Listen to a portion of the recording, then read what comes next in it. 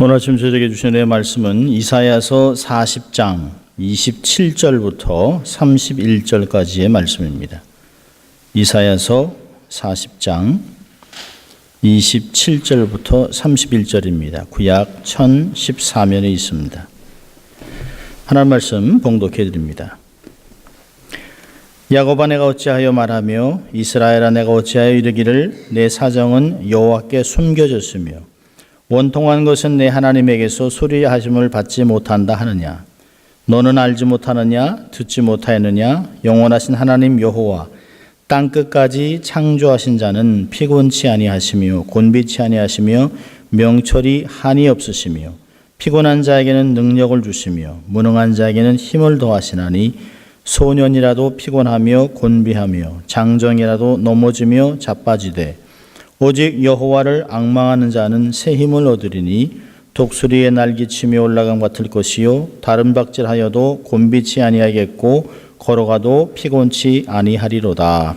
아멘. 하나님 말씀이었습니다.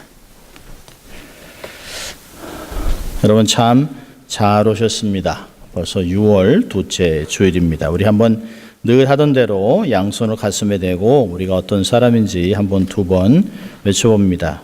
나는 하나님의 특별한 사랑을 받은 사람입니다. 두 번 합니다. 나는 하나님의 특별한 사랑을 받은 사람입니다. 나는 하나님의 특별한 사랑을 받은 사람입니다. 믿습니까 여러분? 네, 여러분 그런 사람들입니다. 자, 우리 한번 같이 외쳐볼까요? 하나님을 기쁘시게, 네, 사람을 행복하게. 네, 그렇습니다. 오늘은 계속해서 우리 하나님 시리즈로 새 힘을 주시는 하나님 이런 말씀으로 은혜를 나누려고 합니다. 이전에는 별로 신경도 쓰지도 않던 것들이 요즘은 서서히 들리기 시작하고 또 마음이 그쪽으로 쏠리고 관심이 가는 것들이 많이 있습니다. 가끔 TV를 보면 광고에서 이런 말을 해요. 어떤 연예인이 나와서 전에는 공연할 때 많이 피곤했는데 이것을 먹고 나서는 전혀 피곤한 줄 모르겠다. 그러면서 여러분들에게도 이것을 꼭 권합니다. 그래서 권삼, 홍삼, 백삼, 산삼, 보약 이런 걸 들으면서 에이 광고겠지 하면서 속으로는 진짜 그럴까? 하는 생각을 가끔 해봅니다. 마음이 흔들립니다. 그래서 어떤 때는 이렇게 코스코에 가보면 홍삼을 팔고 있습니다. 그러면 만지작 해보는 것이죠. 살면서 사람이 피곤하지는 않을 수 없습니다. 그런데 세월이 지나면서 더 피곤한 것 같아요. 어릴 때는 왜 아버지가 왜 주말이면 왜 저렇게 주무실까라고 생각했습니다. 우리하고 좀 시간을 보내면 얼마나 좋겠어요. 근데 어머니가 늘 그럽니다. 아버지 피곤하시다. 주무시게 내버려둬라. 그런데 저희 아이들이 아빠는 왜 주말이면 저렇게 잘까? 하는 질문들을 하는 것을 듣게 됩니다. 그러니까 육신이 자연적으로 피곤함을 경험하고 또 몸이 다시 회복하기 위해서 자꾸 잠을 자게 하는 것입니다. 이런 피곤함은 누구에게나 있습니다. 가난한 사람도 피곤하고 부자도 피곤합니다.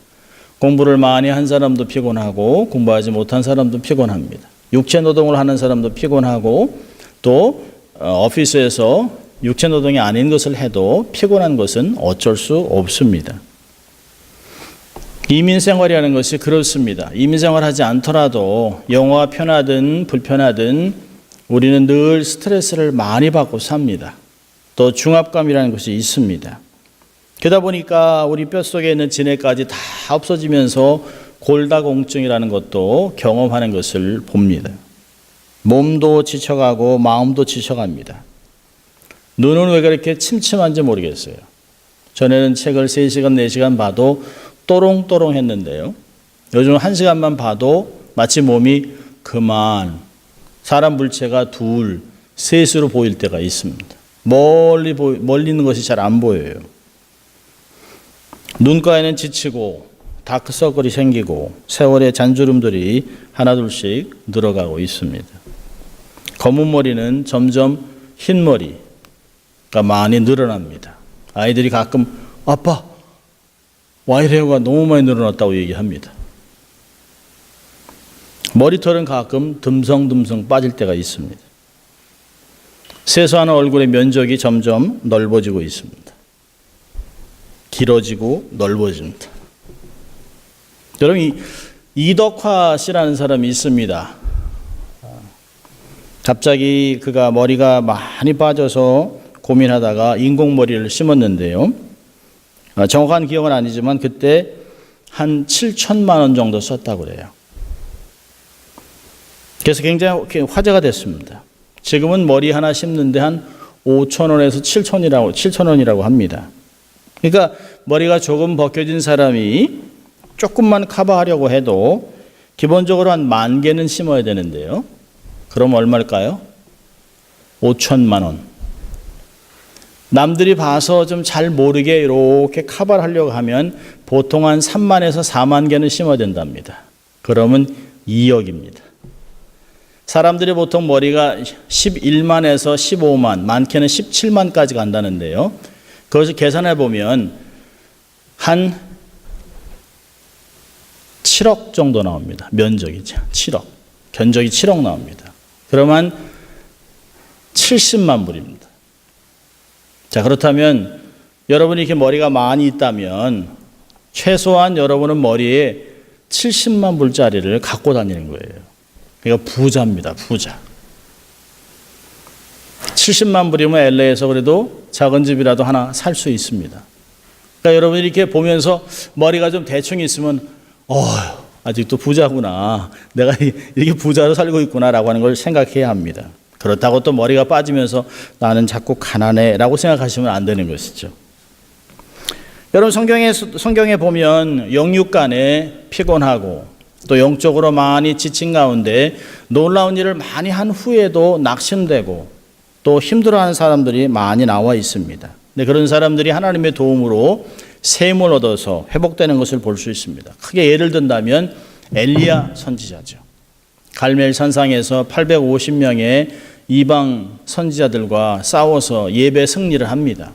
그런데 그 나라의 아합 왕의 아내인 이세벨 여왕이 그를 죽이겠다라고 하는 협박에 두려움 속에서 도망을 갑니다. 자, 그러면서 열왕기상 19장 4절에 이런 말을 해요.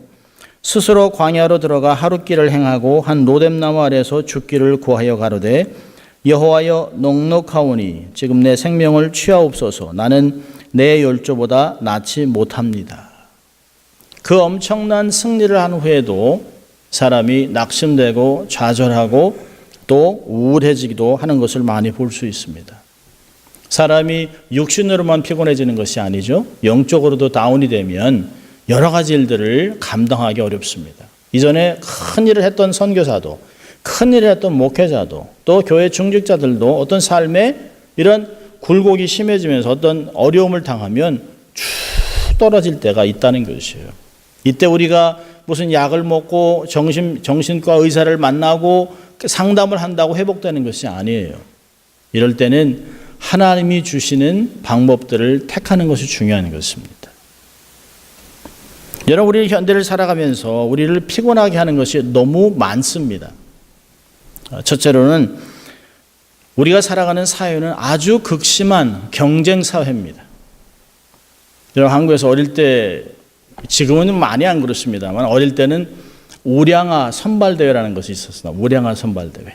그래서 아주 뚱뚱한 아이들, 막 이렇게 태어나서 이렇게 뚱뚱한 애들, 막 이렇게 막 살이 접히는 애들, 이런 애들이 우량아로, 옛날에 저희 세대야 못 먹었으니까, 아이들이 배짱 말랐으니까 아주 그냥 토실토실하고 근실한 아이들이 그 우량아 대회에 나와서 배도 이렇게 불룩 나온 애들이 그 상을 받았던 것을 볼 수 있어요. 아이들은 어려서 태어나서부터 남자나 여자나 다 이렇게 우량아 선발대회로 시작을 합니다. 또 학교에서 성적 순위로 매기잖아요. 1등부터 50등. 저희 중학교, 고등학교 다닐 때면 얼마나 반이 많았는지 몰라요. 요즘은 초등학교에 아이들이 없어서 한 학교가 1학년 아이를 6명 받았다고 그래요. 그 6명 들어오는 아이들이 너무 귀해서 선생님들이 다 업고 안고 들어왔답니다. 저희 때는 한 발에 80명. 완전히 콩나물 싫습니다. 콩나물. 그런 반이 15, 20반씩 있었습니다. 얼마나 많았는지 몰라요. 그때는 또 왜 이렇게 콧물을 많이 흘렸는지 여기다 다 손수건 달고 선생님이 아이들 오면 손수건으로 코를 닦고 우리는 하면 이렇게 두 길이 이렇게 있었던 것을 좀 봅니다.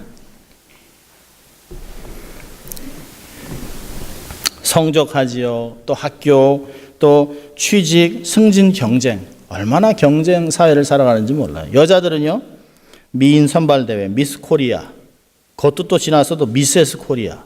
요즘은 그래니, 할머니, 아주 멋진 할머니 선발대회를 합니다.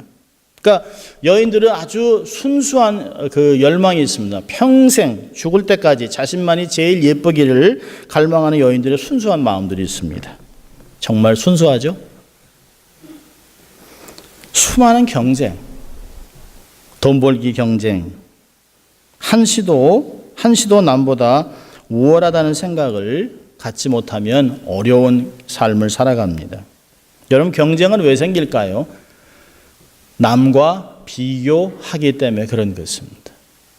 하나님이 내게 주신 것을 만족하지 못하기 때문에 나를 다른 사람과 비교하고 내 가정을 다른 사람과 비교하고 내 교회를 다른 교회랑 비교하고 또 우리나라를 다른 나라랑 비교하면서 상대적으로 박탈감을 느끼고 상대적으로 빈곤감을 느낄 때가 많이 있습니다.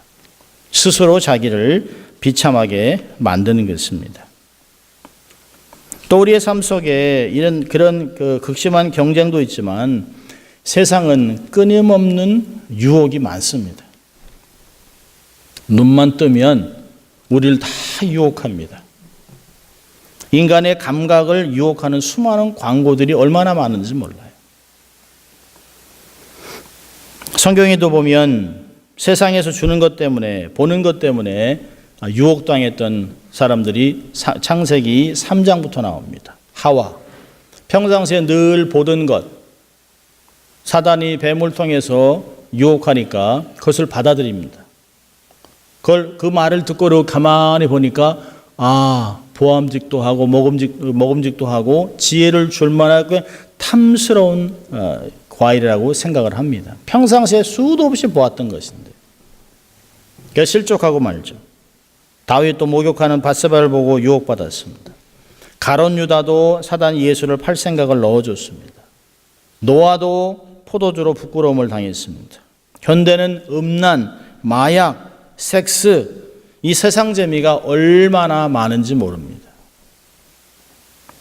에베소 2장 1절부터 3절까지는 세상에서 우리의 삶을 발목을 잡는 세 가지 세상 풍속, 미혹의 영, 육체의 욕심, 정욕을 이야기하고 있습니다.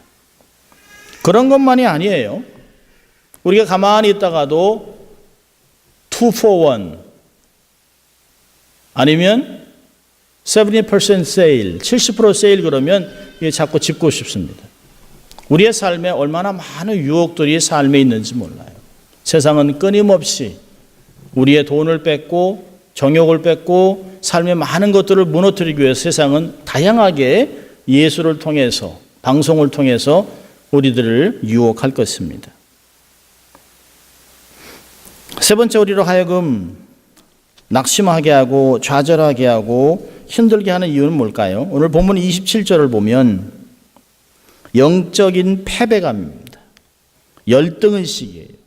27절에 하나님이 얘기합니다. 야곱아, 내가 어찌하여 말하기를, 이스라엘아 내가 어찌하여 이르기를 내 사정은 여호와께 숨겨졌으며 원통한 것은 내 하나님께서 수리하심을 받지 못한다 하느냐.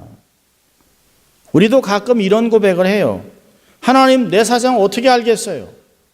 하나님이 70억 인구를 다 보시는데 나 같은 인간 신경 쓰겠어요? 라고 생각합니다. 내게는 응답도 안 해주고 내게는 관심도 없다는 말을 가끔 할 때가 있습니다. 가끔 그런 얘기를 해요. 목사님, 왜 제 기도는 이렇게 하나님이 안 들어주실까요? 왜 하나님의 내 최대한의 삶을 살아가고 신앙생활 하는데 왜 이렇게 길이 안 풀릴까요? 라고 할 때가 있습니다. 그건 목회자도 마찬가지고 일반 성도도 마찬가지라고 저는 생각합니다. 신앙생활 하면서 상당히 많은 시간을 다른 교회도 보고 다른 성도들을 보면서 영적인 패배감을 느껴요. 열등의식을 느낄 때가 많이 있습니다. 왜 이렇게 고백할까요? 저는 몇 가지 이유가 있다고 저는 생각합니다. 첫째로는 하나님을 오해하고 있는 것이에요. 하나님은 응답하지 않는 분, 하나님은 분노하시는 분, 하나님은 용서하지 않는 분, 하나님을 오해하고 있는 것이에요. 두 번째로는요, 잘못 기도하고 있는 것이에요. 잘못 구하고 있습니다. 내가 정욕으로, 내가 원하기 위해서 하나님의 영광이나 하나님 나라가 아닌 나를 위해, 나의 명예를 위해 구할 때가 많이 있다는 것이에요. 세 번째로는 아직 때가 되지 않은 것이에요. 너무 성급합니다.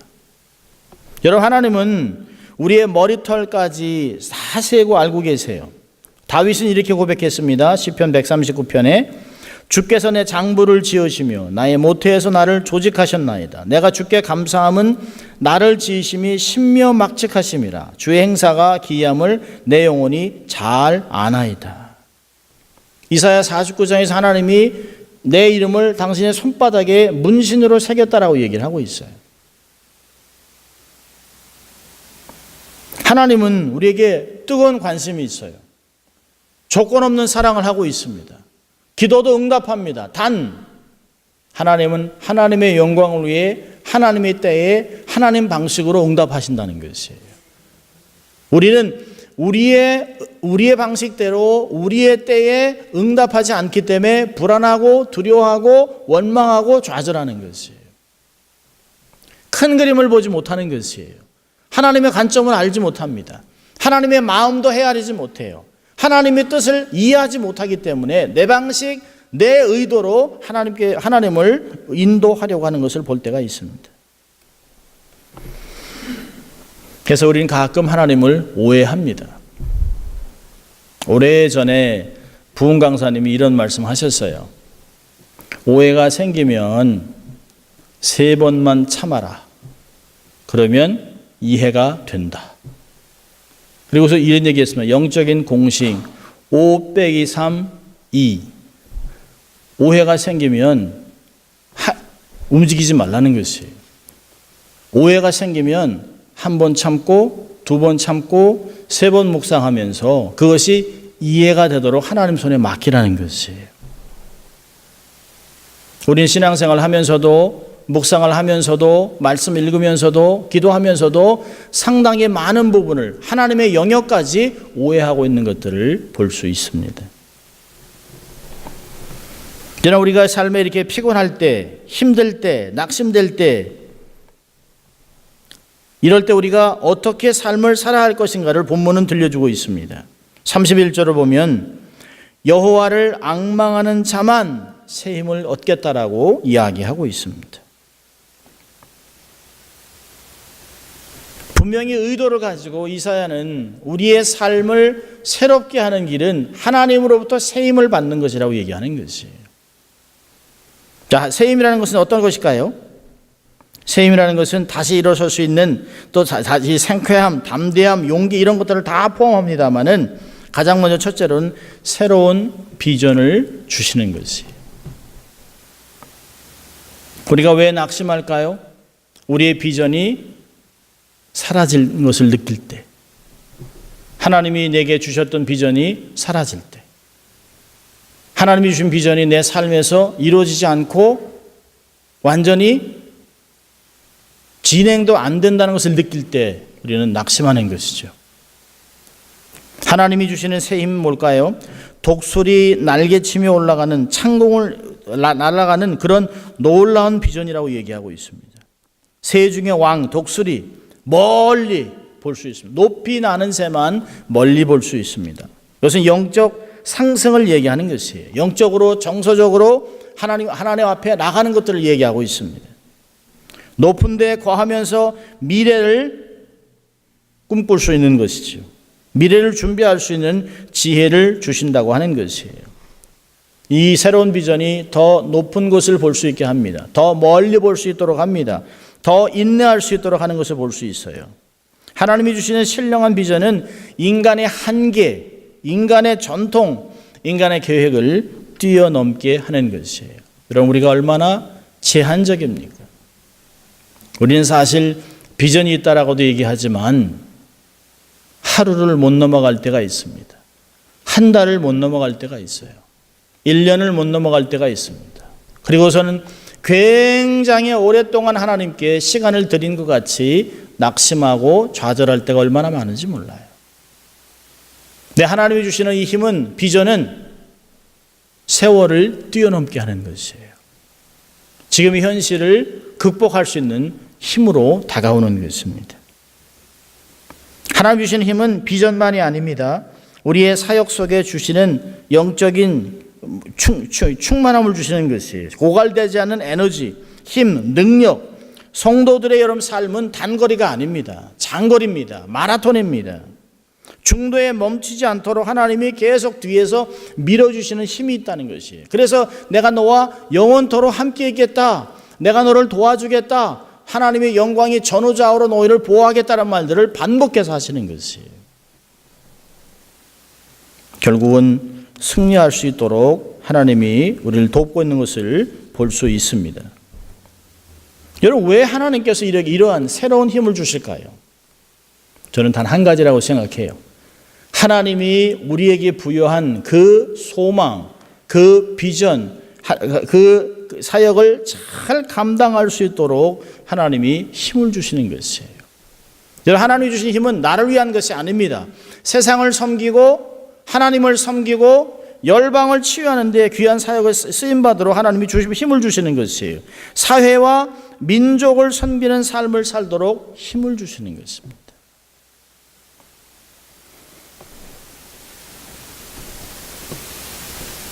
디모데후서 4장 7절과 8절은 너무너무 잘 아시는 말씀인데요.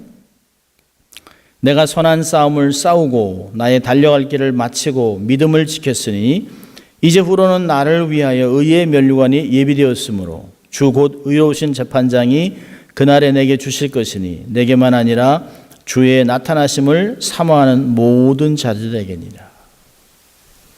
우리에게 주신 소명을 감당할 수 있도록 힘을 주시는 것이에요. 이걸 바꿔서 얘기한다면 우리의 사명이 끝나면 하나님이 우리의 힘을 걷어갈 것이에요. 다 소진하고 내 하나님이 주신 힘을 다 소진하고 그리고 하나님께 가야 되지 않겠습니까?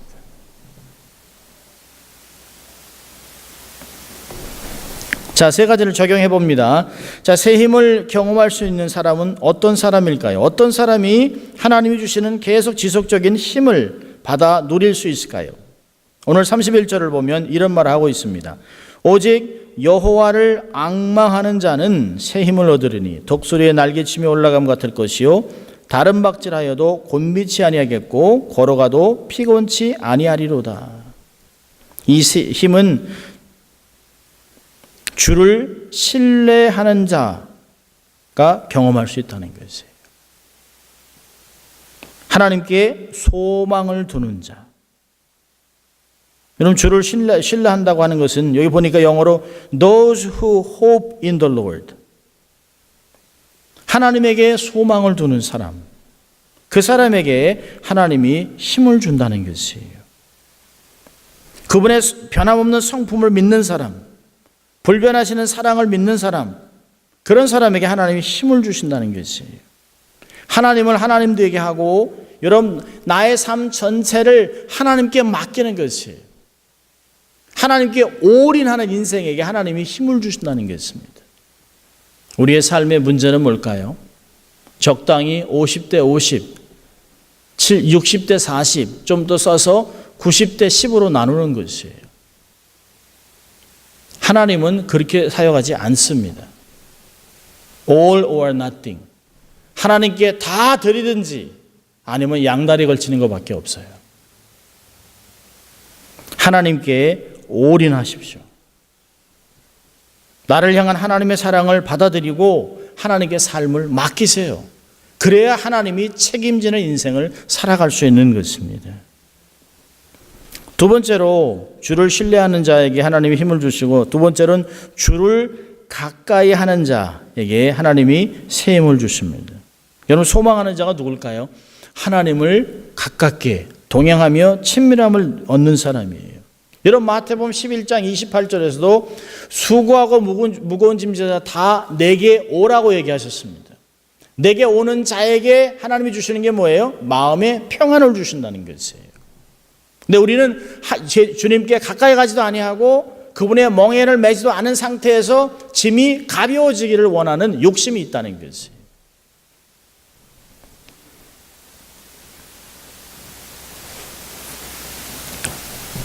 말씀, 예배, 거룩한 교제를 통해서 주께 가까이 나올 때 하나님도 당신을 가까이 하는 자를 가까이 해주겠다고 말씀하신 것을 볼 수 있습니다. 여러분 하나님을 가까이 하면 주님을 닮아가요. 우리가 평생 추구해야 될 뭘까요? To be like Jesus. 예수님을 닮아가는 것이에요. 예수님을 닮아가기 위해서는 그분께 가까이 나가야 되는 것입니다. 하나님의 형상을 회복하고 그분의 모습을 내 삶에서 드러내고 자랑하는 것, 주께 가까이 나가는 자에게 하나님이 친밀함을 누리는 자에게 새 힘을 주신다는 것이에요. 또 하나는요, 세 번째로 마지막으로 새 힘을, 하나님이 주시는 새 힘을 경험할 수 있는 사람은 주께 간구하는 사람입니다. 기도하는 사람입니다. 갈망하는 사람입니다. 나의 무기력을 채워주실 분은 하나님밖에 없다고 고백하는 사람입니다. 주님만이 나의 영적 목마름을 해결할 수 있음을 고백하는 사람이에요. 하나님, 내가 정말 목마릅니다. 기도하는 자들만이 하나님께 새 힘을 받는 것이에요.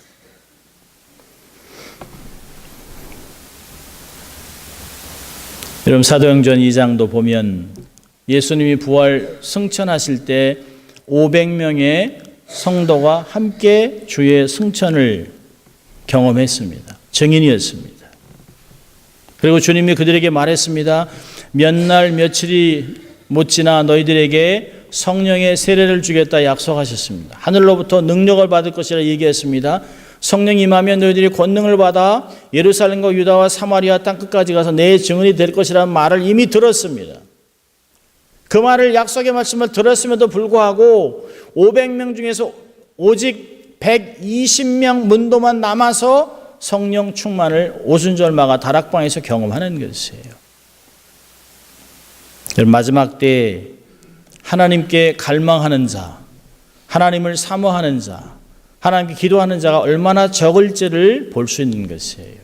주님도 누가복음 18장에 인자가 다시 올 때 내가 믿음을 보겠느냐, 주의 안타까운 마음을 새록새록 느끼고 있습니다.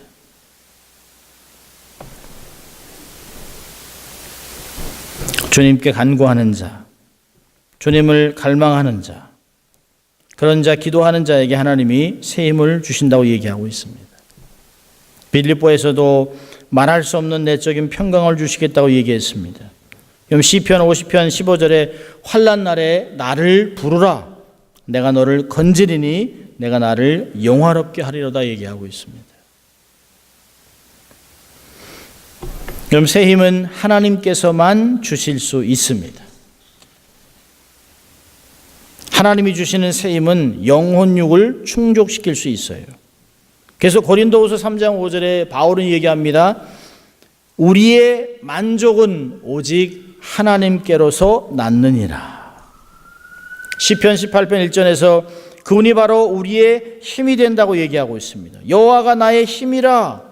시편 29편 11절에는 여호와께서 자기 백성에게 힘을 주신다라고 얘기하고 있습니다.